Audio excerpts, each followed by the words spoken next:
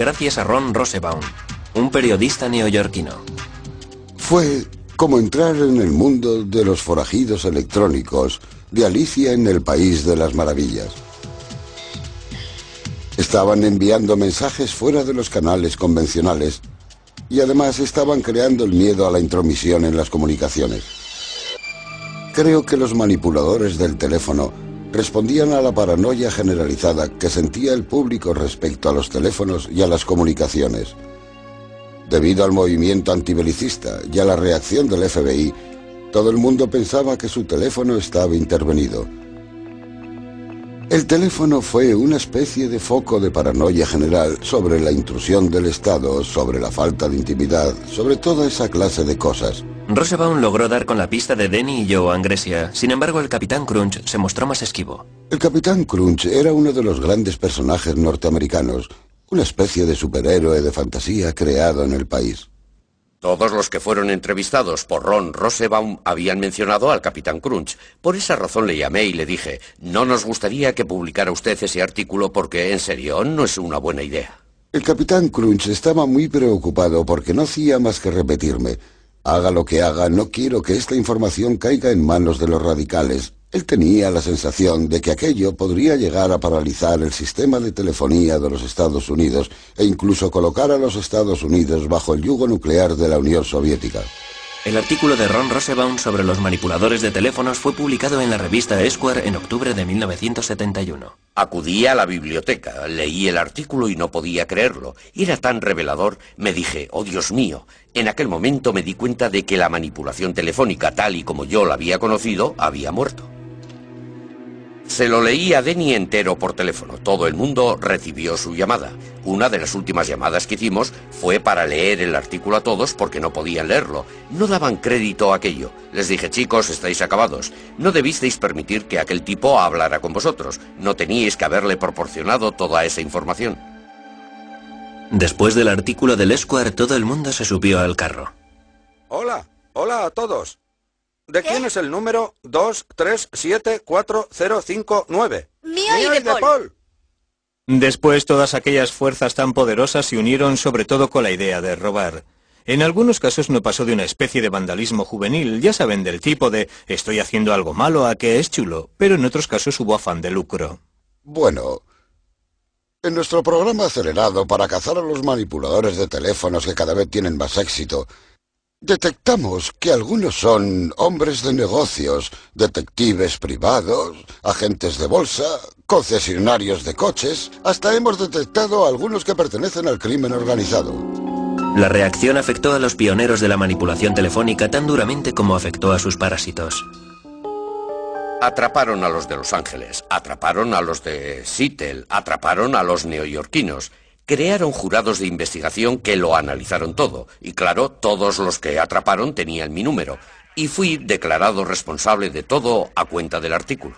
Las autoridades actuaron con mano dura. La posesión de una caja azul podía suponer 2 años de cárcel. El Capitán Crunch fue acusado de un delito federal de fraude a las empresas de telefonía y pasó 4 meses en la cárcel. La manipulación de teléfonos estaba muerta, pero no enterrada. Estaba a punto de estallar una revolución tecnológica a escala mundial, y el Capitán Crunch todavía seguía allí para servir de inspiración a una nueva generación de piratas informáticos. La piratería había nacido como una exploración divertida de las redes de telefonía, pero todo aquello iba a cambiar con la creación del ordenador personal, una revolución tecnológica que los propios piratas informáticos habían inspirado.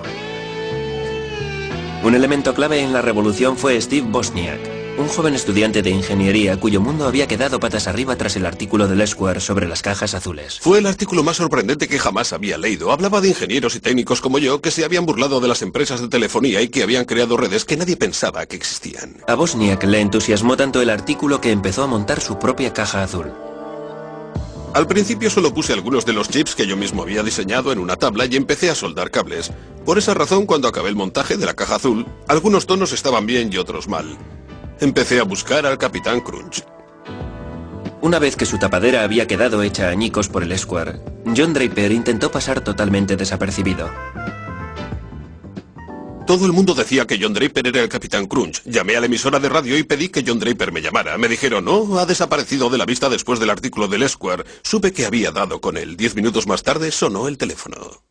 Exclamé, Dios mío, qué malas noticias. Era él, nos dijo que vendría a Berkeley a reunirse con nosotros en el dormitorio. Tuve la sensación de que el que venía a casa era el mismísimo presidente. Fui allí sin saber realmente qué era lo que estaba pasando.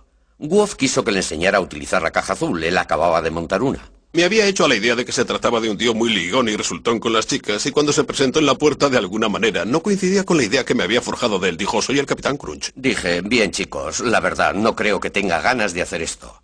Me contestó, está bien. Me sentí todo un héroe. Añadí, me imagino que no pasará nada. Al fin y al cabo, estoy en un dormitorio y será muy difícil que alguien detecte la llamada. Woz me preguntó, ¿podemos telefonear al Papa? Le contesté, pienso que sí. Cogí el número del Vaticano y llamamos preguntando por el Papa. Nos dijeron, el Papa no está disponible en estos momentos. Eran como las 4 de la madrugada. Aquella misma noche empecé a aprender códigos y técnicas de John Draper y de los demás para utilizarlas para hablar con las operadoras, y las semanas siguientes las dediqué a hacer prácticas para ver hasta dónde podía llegar. Creo que estaba un poco asustado con la idea de que me cazaran. Un par de semanas más tarde, el coche de Wozniak sufrió una avería. Por suerte, él y su colega Steve Jobs tenían una caja azul a mano.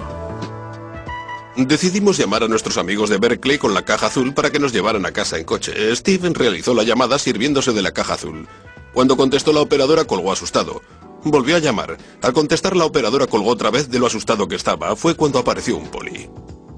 Estaba en la cabina con una caja azul en las manos. Oh, Dios mío.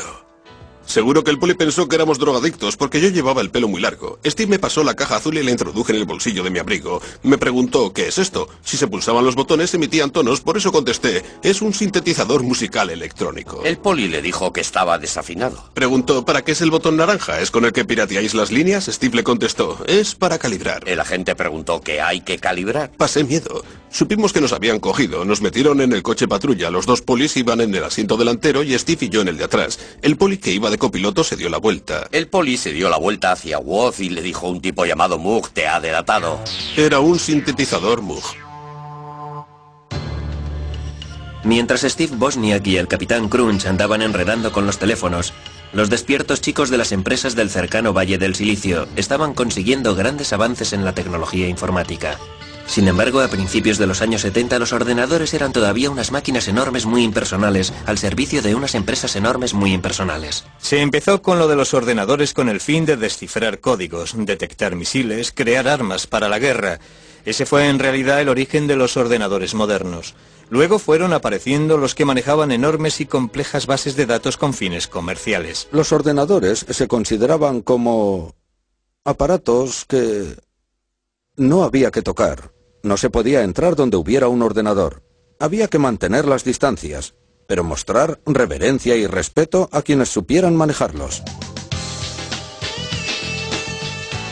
Pero en aquella época el respeto era un bien bastante escaso. A finales de los años 60 hasta los ingenieros informáticos tenían ya su contracultura. Lo bautizaron piratería informática. Los objetivos prácticos eran secundarios, lo importante era lo que los piratas informáticos denominaban el puro placer de la exploración, un sentimiento que los manipuladores de teléfonos hubieran reconocido como propio. Los manipuladores de los teléfonos estaban aprendiendo cómo utilizar una tecnología, cómo introducirse, cómo utilizar y expandir la tecnología por caminos que en general no estaban al alcance del público. De la misma forma, la piratería informática iba ampliando sus fronteras, iba aprendiendo a explorar los ordenadores para conseguir que hicieran cosas que la gente afirmaba eran incapaces de hacer. Para conseguir sus propósitos, los piratas informáticos necesitaban tener acceso a un ordenador, pero en aquella época no resultaba fácil. En mi primer año en la universidad dije a mi padre, algún día tendré un ordenador Nova 4K. Me contestó, Steve, cuesta tanto como una casa. Le respondí, entonces viviré en un apartamento. Algún día tendré ordenador. Cuando los ordenadores eran todavía unas máquinas crujientes que costaban 5.500 millones de euros, la idea de que alguien tuviera su propio ordenador personal resultaba inconcebible. Utilizaron Club Informático